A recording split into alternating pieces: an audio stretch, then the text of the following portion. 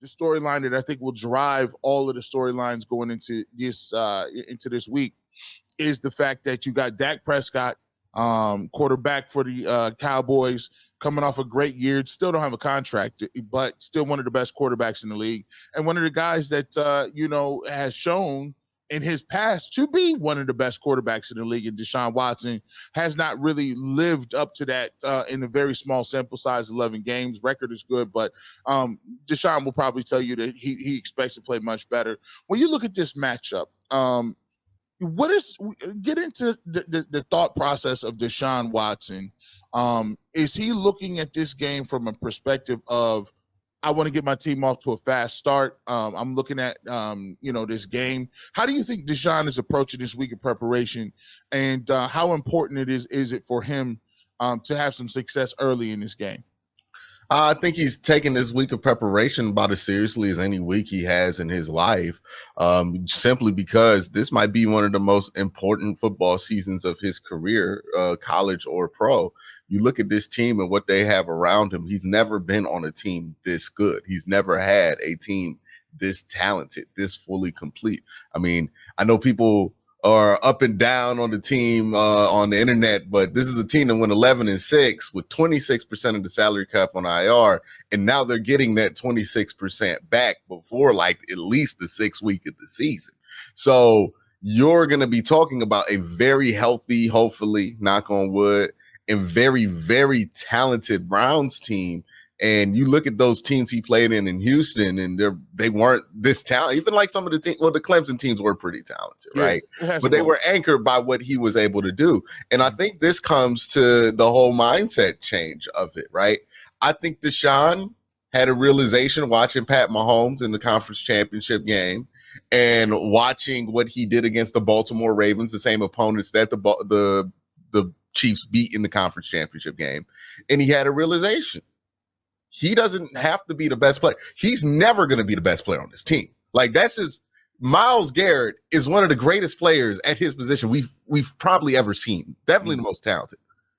The idea that he's ever going to be the best player on the team, I mean, that's just not going to happen. Even at running back, when you got Nick Chubb, that's going to be difficult. So the job for Deshaun is very different than what he's had in previous years, where Houston, he had to be the best player on the team in order for that team to be successful.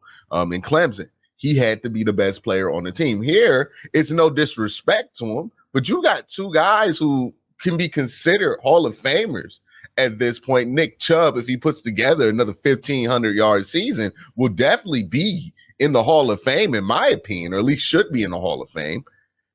That's going to be a difficult bar to measure up to. Like, basically, he's not going to be the best player on this team, and that's okay. He does not have to be the best player on this team. And can he adjust his play style to do that? And what we saw in the second half of Baltimore was somebody who realized, I got David Njoku. Like, I don't got to run that. David can run that, right? Mm-hmm. Jerome Ford coming out the backfield, who's pretty good as a receiving back. Like, it's not all on Deshaun Watson. So while I think this is the most important year of his career, it's in a very different way. It's not going to be, okay, Deshaun, put up 5,000. And he's going to have to ball. Don't get me wrong here. He's going to have to play well for the Browns to win games here. But the thing is he doesn't have to be the best player on the Browns in order for the Browns to win games. He has to be in that top 3, but he doesn't have to be the best player. And that's a very different challenge than what Deshaun Watson has faced. And that's going to be the key to his health. And that's going to be the key to the Browns' success, because if Deshaun Watson is the 3rd best player on this team, the Browns can win the AFC North, they can win the AFC Championship, and they can win the Super Bowl. But if Deshaun is the best player on this team, then I do have worries, not because Deshaun's things was like, oh, man, well, what's going on with Myles? What's going on with Chubb? What's going on with all these other guys? Because this team is about how talented they are around the quarterback position. And then if the quarterback can elevate and join that talent level, then yeah, you got something that can win the Super Bowl.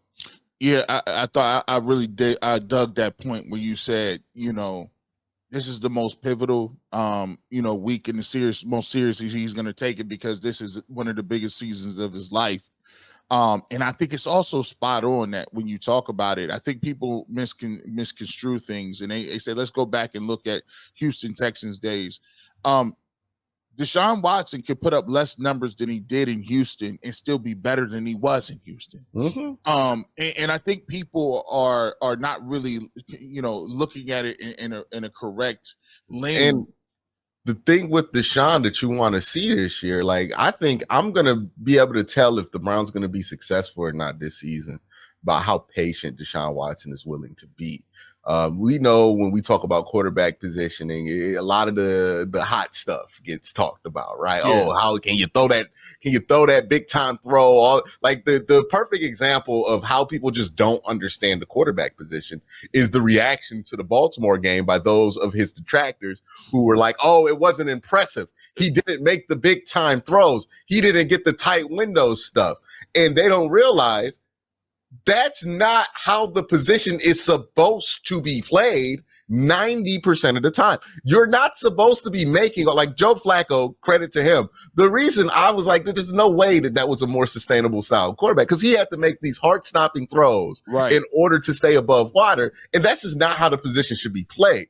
90% of the time, you should be taking what's available to you. You got to just take the profit. And it's very boring as a quarterback to take the profit. And what breaks a lot of quarterbacks, G. Bush, isn't their ability to make those crazy throws. It's their ability to be mentally disciplined enough to be okay with taking what's easy. And if you don't believe me, y'all play Madden, and I'm not saying Madden is a good simulation of pro football, but it is a good simulation of this mentality, right? How many times y'all be messing up in Madden because you decide you want to make the big play now? I'm going up like top. You got 12 plays, you know that work. You have 12 reads, you know that work. Underneath this cover 3, if that's cover 3, if the linebacker shades up, I'm gonna throw the hook there. Like, easy, simple, boring football, but easy, simple football to play. And then you just break out that check down. He was sometimes it's hard. See, folks, it's hard to get that check down. And I will say this. When I hear detractors all the time talking about the fact that he didn't make a big time throws, I wouldn't. But you and I, we go back and watch these games. The throw to Amari Cooper in the fourth quarter, where it's 2 inches off the blade of grass over the middle of the field, when it's like that was on a front side dig over the middle of the field for like on a 3rd and 18 or something like that too, to get to a 3rd and 1. So that's a huge throw in the context of when that throw happens. And I want to make sure I don't characterize this as, just taking checkdowns, right? Because I think sometimes people tend to do that as just take the check down when we're saying take what the defense is giving you. No, you're not going to have the big play, but you can get a 20-yard chunk play, right? Over the middle of the field, because they're playing loose there because they're trying to get Amari Cooper ran off the ball. Like, it's just patience. It's taking what's there, getting a 20-yard chunk here, settling for 7 there, getting 6 here. Okay, I'm gonna scramble for 8 here, right? Like, not trying to optimize or be so focused on efficiency that you're trying to get those big chunk plays. You'll notice when you look at quarterback stats, you'll see some funky results at the top, G. Bush, right? If we look at, like, if we just sort by efficiency or we sort by a quarterback rating that values efficiency, you'll see stuff like, Tua's the best quarterback in the NFL according to this number.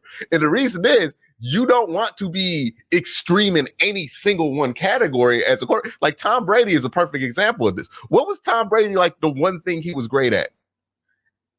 Balance. It's like he was just good at enough. You don't know exactly. Like, that's why you can't quantify how great he was, because you could look at Marino and say his arm was great. You could look at Peyton Manning and his Omaha and the way he was he was Professor X on the field. Exactly. You could look at Brett Favre as the gunslinger with the robotic arm. The ones anywhere. We have, like, the big branding stuff about where it's like, this is what they do at the top level. Those aren't usually the quarterbacks that we associate with winning Super Bowls. And it's not to say that you can't have one thing that makes you really good, but look at the success of the guys that we know for being really good at that one thing, and only really at that one thing. You could go to Hall of Famers, Peyton Manning, super cerebral, right? The big play guy. I know some people didn't even watch Peyton Manning play that's in the audience now, which is nuts to me. But but it's like, we know that, Peyton had problems with interceptions in the playoffs.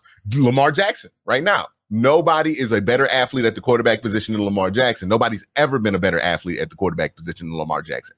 But yet, time and time again, he runs up against a wall, whether it be his teammates or himself, in the playoffs. when it matters the most. But you look at the guys who can win a lot, right? Pat Mahomes doesn't get enough credit for it. Yeah, he has the big arm. Yeah, he's done all that, but he's really toned that down the last couple of years. By the way, the last couple of years he's went back to back because he hasn't had Tyreek Hill, right? He hasn't had those big deep play guys. But you watch Pat Mahomes today, it's actually kind of boring. Right? Like, it's actually really boring to watch Pat Mahomes because he's just making good decisions. And then he'll break out and then he'll scramble and he'll make a good decision when he scrambles. And he's patient and he's patient and he's patient. And that goes back to Deshaun Watson here because I don't want to stray too far from the point. But that's what his season's going to be measured at. I don't care if he has 5,000 passing yards. I don't care if he has 40 times. What I care about is the patience there, because that's going to translate to winning. Is he going to be willing to take what's there? Because they're going to give you some stuff. Especially since NFL teams are looking at you in the way that you're not Deshaun Watson anymore. So you got to be patient. You got to take what's there. You got to be willing to just play the long game on this and do the stuff that was successful in Baltimore. Every once in a while, it's going to come up. We're going to need you to make a play. And I need him to step up and make those plays in the fourth quarter when that arises. But it can't be everything that he's doing. We can't live through a Deshaun Watson highlight reel season where he's playing a ton of hero ball. It needs to be patient football. I need him to stay in that pocket just a half a second longer to make that 8-yard pass. I need him to play a style of football that we might think is more visually boring, not the Deshaun Watson from Houston, but the Deshaun Watson from Houston only went to a divisional championship game. We talking about trying to go to the Super Bowl. He's got to play. I'm not saying he can't run or do any of that stuff, right? But the excitement part of it, you got to just face, right. I've been on record. I need that 4,500 though.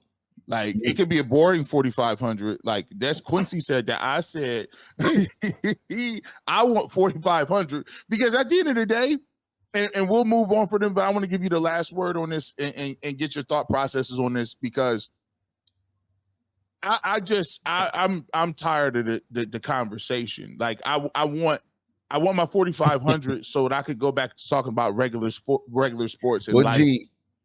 And I want to ask you this though.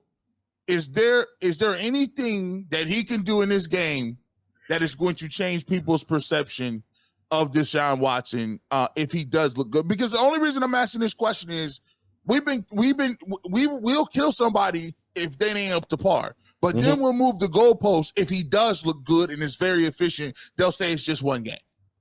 I have made my peace with how coverage works today, right? And what I've come to peace with is Deshaun Watson could throw for 4,500 yards, 45 touchdowns, and 7 interceptions. Pretty undeniable numbers. Right. And people will still try to say that it's the worst quarterback trade of all time. People will still try to say it's the worst quarterback contract. It will sound ridiculous, but this is where people are.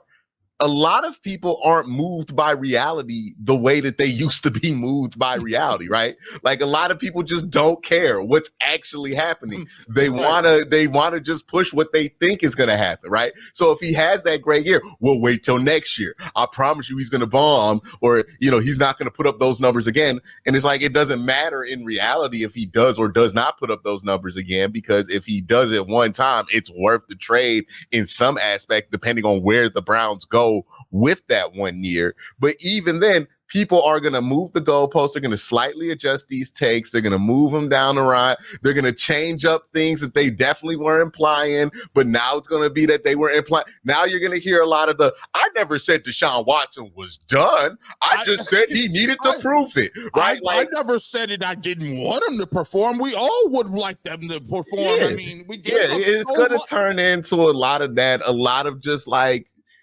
moving down the line, or some people gonna double down and still, the first 2 years were so bad, right? Like, wow. It's just gonna be what it's gonna be.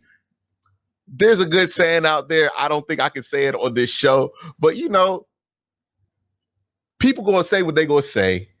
And if people don't know what they talking about, IS gonna be IS, if you know what I'm saying, right? Like, you can't really focus on it, right? And there's just gonna be people who don't really care about the football here. They don't really care about whether Deshaun Watson's playing well. They just want it to be true that this was a horrible decision because they want some kind of karma for the Browns moving in on Deshaun Watson. So it's just one of them things where I prepare myself. There's no magical stat line he's going to achieve. There's no accolade he's going to get. The people who don't like him largely do not like him for non-football reasons. The football ain't going to bring him back to the table, right? So it is what it is. I think Deshaun got to accept it. I think people just got to take it for what it is. It ain't going to be the same as if it were somebody who wasn't connected to all those things that accomplished them. And there's always going to be people who are going to look to try to minimize what he did, whether it be because of the supporting staff. Oh, he had Kevin Stefanski, like all of this stuff. People do it for Brock Purdy. I've seen people do it for Patrick Mahomes. People do it for Josh Allen. Look at how they talk about Lamar Jackson. Like, it ain't going, it's just, it is what it is. Quarterback discourse is cooked. I saw a Tyler Huntley stand on Twitter the other day. These people cannot be trusted to talk about the position.